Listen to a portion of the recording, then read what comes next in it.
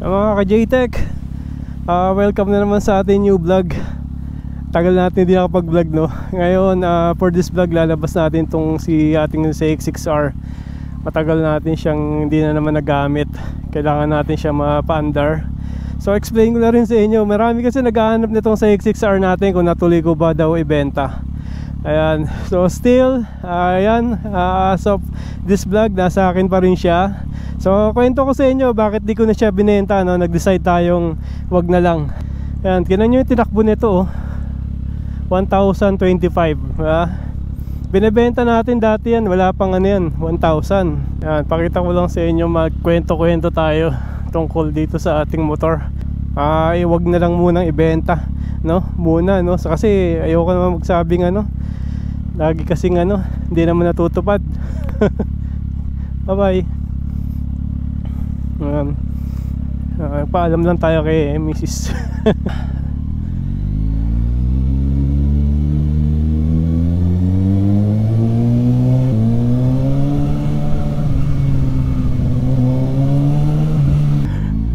Iba tayo tulog na itong CX-6R natin kaysa doon kay ating CB. Pero yun nga, plan natin palitan yung pipe nun para medyo mabuo yung tunog niya.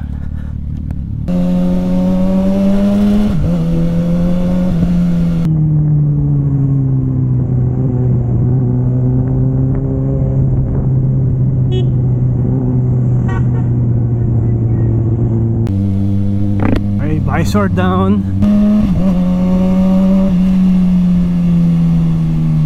Ay, nako, pinesta pa tayo. Matagal to. May tinatawag kasi dito sa Cavite na buhos eh. Wala na, kami na. Ayun, no.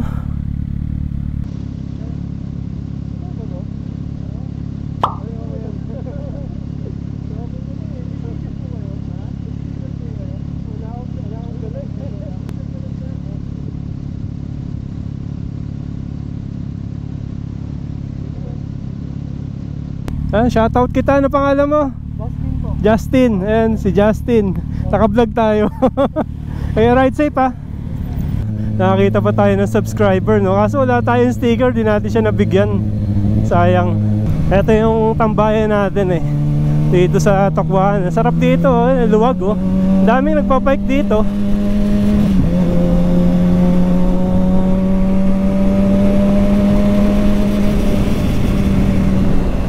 Okay, dito tayo.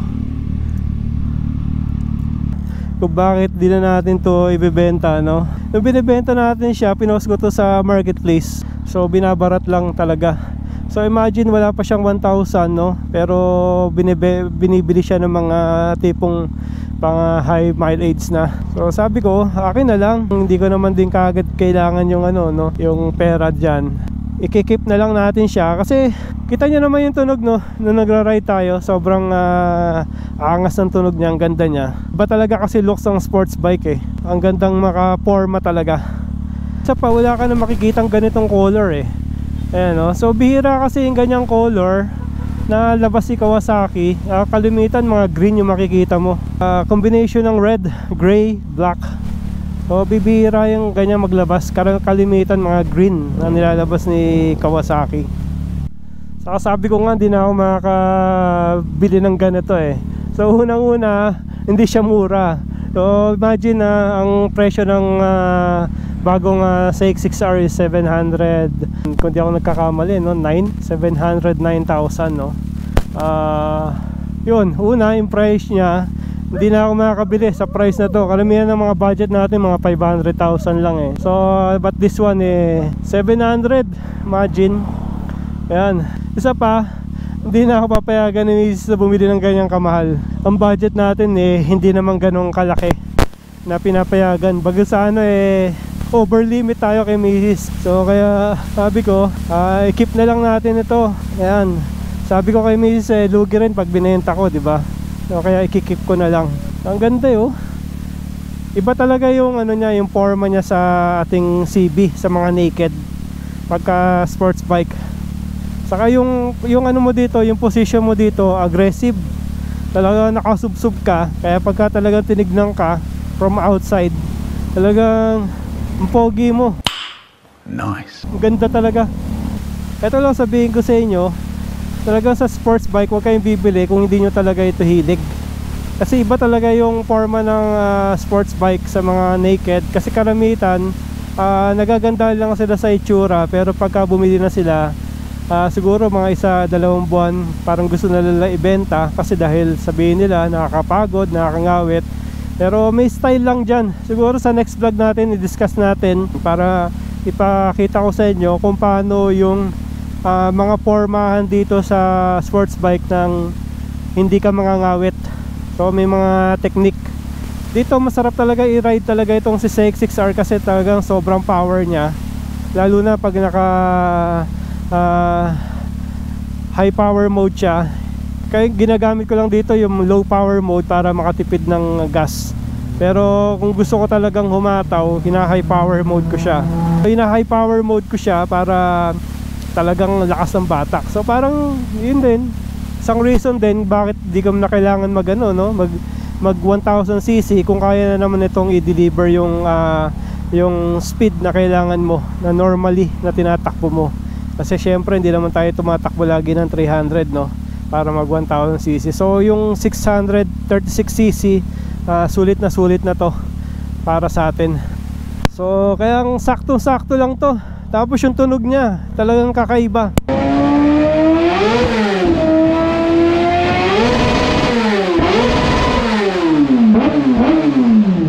Iba talaga siya. Sobrang ganda. Sobrang ganda. At syempre yung tunog kasi depende rin dun sa muffler. Doon sa pipe na ikakabit mo, naka M45 tayo from 01 Moto. Ayan, nag-sound check tayo doon. Ito yung pinakamaganda for me na testing ko. Ayan. Tignan mo yung mukha niya, talagang so aggressive. Talagang miski ako natatawa nga ako miski pagka nakakakita ako nito. Although meron na akong ganitong motor, pag nakakakita ako nito sa labas, napapalingon pa rin ako Sabi ko, ganda nun parang wala akong ganung motor So ganun yung effect niya sa akin. So kaya sabi ko, parang hindi ko matanggal sa sistema ko yung yung sports bike. Pero hindi tayo magpa-promise, syempre. Walang forever syempre. So hindi tayo magpa-promise. Baka kasi meron tayong may makitang ibang mas maganda na yun yung ipapalit natin. Pero for now, talagang decided ako na for keep siya. Kung sakali magkakaroon ako ng museum, i-display ko to. Talagang gandang-ganda ako sa kanya. Color, sa color niya, sa itsura. Kasi yung mga CX-4RR, nanggaling ako sa sa Ninja 400. Talagang siya pitit kasi yung nila, yung itsura, payat. Ito kita mo mataba dahil yung makina niya punong-puno. Kaya tumaba siya, sobrang laki ng makina. Yung Ninja 400 makikita mo medyo siya maliit yung makina niya. Kaya yung design niya mas payat. Yan. Okay.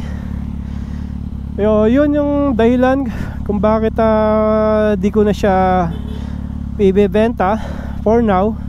Yun, yung mga nasabi ko na yon. So ang daming factor.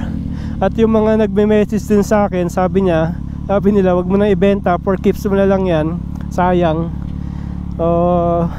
Rare yung kulay niya at bihira ito. Ayan, kalamitan ngayon mga green, kundi green kundi kung merong black tapos green. So parang iba sa akin yung yung red na color combi. Ayan, tara, ride tayo ulit. At medyo dumidilim ng kalangitan. Dahil anong oras na ba? Wala pala ako relos. Ayan, mali pa yung oras ko dito. Ano pa yung oras ba yan? 8:37. Mali nga. Kasi dahil na low bat ito, minsan kung napanood nyo na low bat ito, pinalitan natin ng battery. Motolite battery yung nakakabit dito, kung nakakita nyo yung vlog ko nun. Motolite battery, pero still now working pa rin. Imagine yung original battery nito, parang 6,000, 7,000. Pero yung nabili ko 1,000 lang. Motolite battery, ayun. Gumagana naman, tagal na, Pinapainit-init natin to, iniikot-ikot, pero So far okay na okay siya. Okay, tara. Ayan, mga nakabukas na headlight ng mga sasakyan at madilim na. Ewan ko lang sa camera no, kung kita nyo madilim na. Pero maliwanag pa rin naman konti. Ito kaya isa rin ang bumili nito dahil doon sa quick shifter niya. Napakaangas. Wala nga lang siya auto blip, pero meron siyang quick shifter. Tara.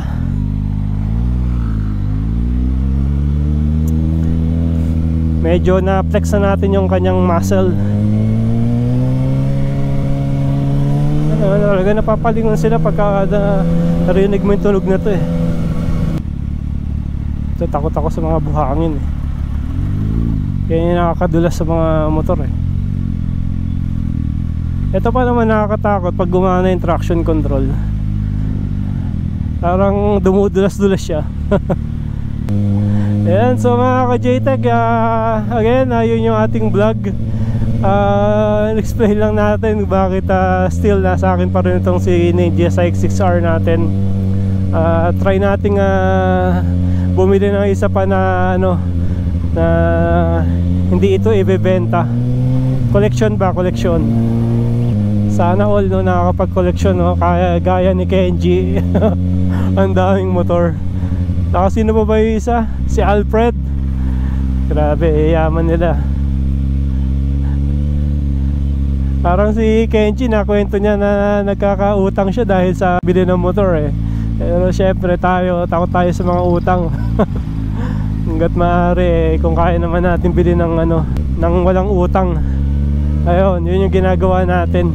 Unti-unti ba, hindi ba bigla. Okay, so yan yung ating vlog for today. Again, thank you for watching and see you again in my next vlog.